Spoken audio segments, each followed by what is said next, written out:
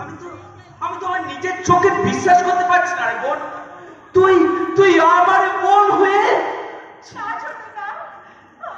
বিশ্বাস করছো না? বিশ্বাস করো দাদা, আপনি আমাকে ভুল করছেন।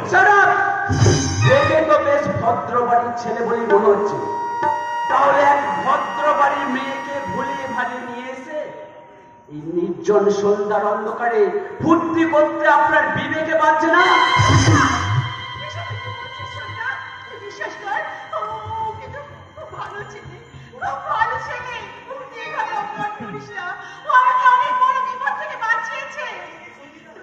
নইলে যে তোদের এই সঙ্গী তারা বেঁচে থাকতো না।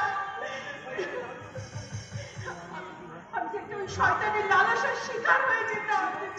বলছি সে বোন, এই থেকে এত বড় বিপদ? আমি যদি সঠিক সময় এসে না পৌঁছাতাম তাহলে বড় একটা বিপদ হয়ে যেত। আপনি বিশ্বাস করুন। বেশ, বিশ্বাস না হয় আমি করলাম, কিন্তু যেটা আমি নিজের চোখে দেখলাম তার কি ব্যাখ্যা আছে আপনার কাছে? মানে আমি আর সঙ্গীতা বিগত 1 বছর ধরে দুজনকে ভালোবাসি। ভালোবাসা? তার আগে আপনার প্রকৃত পরিচয়টা কি আমি জানতে পারি? আমি নীলাদ্রি মিত্র, হাইকোর্টের ব্যারিস্টার, মন্ত্রী নীলক্ষ মিত্র ছেলে। ও, ওই শোষণমূলক ধনী সমাজের প্রতিনিধি ব্যারিস্টার নীলাদ্রি মিত্র।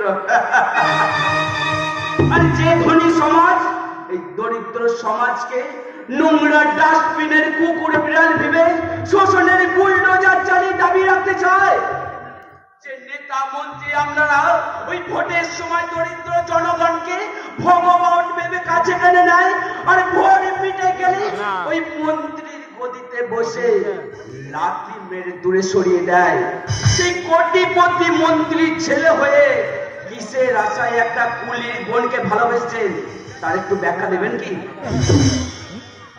আপনার এই অভিযোগ কিন্তু সঠিক দৃষ্টিকোণ থেকে যথার্থ সত্য, কিন্তু দুর্ভিক্ষের তাকে পরে আপনার মনটা দিনের পর দিন একটা তৈরি হয়েছে উর্বর মরুভূমির মতো এবং একটা যক্ষা। আপনি যে সত্যনিষ্ঠার পূজারী তার একটু ব্যাখ্যা দেবেন কি? সে পরিচয় আপনার বোন নিশ্চয় দেবে। হ্যাঁ দাদা, ওকে আমি বহুদিন থেকে চিনি, ও খুব ভালো ছেলে। আরে ভালো মনে হয়েছে বলেই হয়তো তুই ওকে ভালোবেসেছিস রে বোন, কিন্তু আমি কঠিন সংগ্রামের মধ্যে দিয়ে চিনেছি এই সমাজটাকে।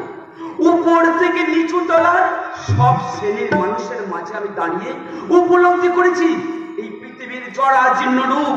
তাই হয়তো ভালোকে ভালো ভাবতে আমি ভুলে গেছি রে বোন, ভালোকে ভালো ভাবতে আমি ভুলে গেছি। হয়তো আমি ভুল, তুই ঠিক। দাঁড়ান, আমি বুঝতে পারছি একটা নিরাশার কারণে আপনার মনের মধ্যে একটা জমেছে মহাপাপ। বঞ্চনার বেদনায় আমার মনটা হয়ে উঠেছে একবারে নির্ভর মরুভূমির মতো দুঃখ সুখ। তাই আমি পৃথিবীটাকে ভাবছে একটা বন্ধা। আমাদের এই ভালোবাসাটাকে মেনে নাও না তুমি, আমি তোমার তুমি পাই। আরে বোন, তুই সুখী হলে যে সবচেয়ে খুশি হব আমি রে বোন, আমি। তাহলে আমার উপর একটু বিশ্বাস রাখুন দাদা। আমি কথা দিলাম যোগ্য সম্মান দিয়ে আপনার বোনকে আমি আমার নিজের বাড়িতে নিয়ে গিয়ে তাকে আমার নিজের গৃহবধূ করে নিয়ে গিয়ে আমি তাকে যোগ্য সম্মান দেবো। ও কোনো অমর্যাদা আমি হতে দেব না দাদা। তবে তাই হোক, এই সমাজের বুকে তোমাদের ভালোবাসা বেঁচে থাক এক সাতরঙা রামধনু হয়ে।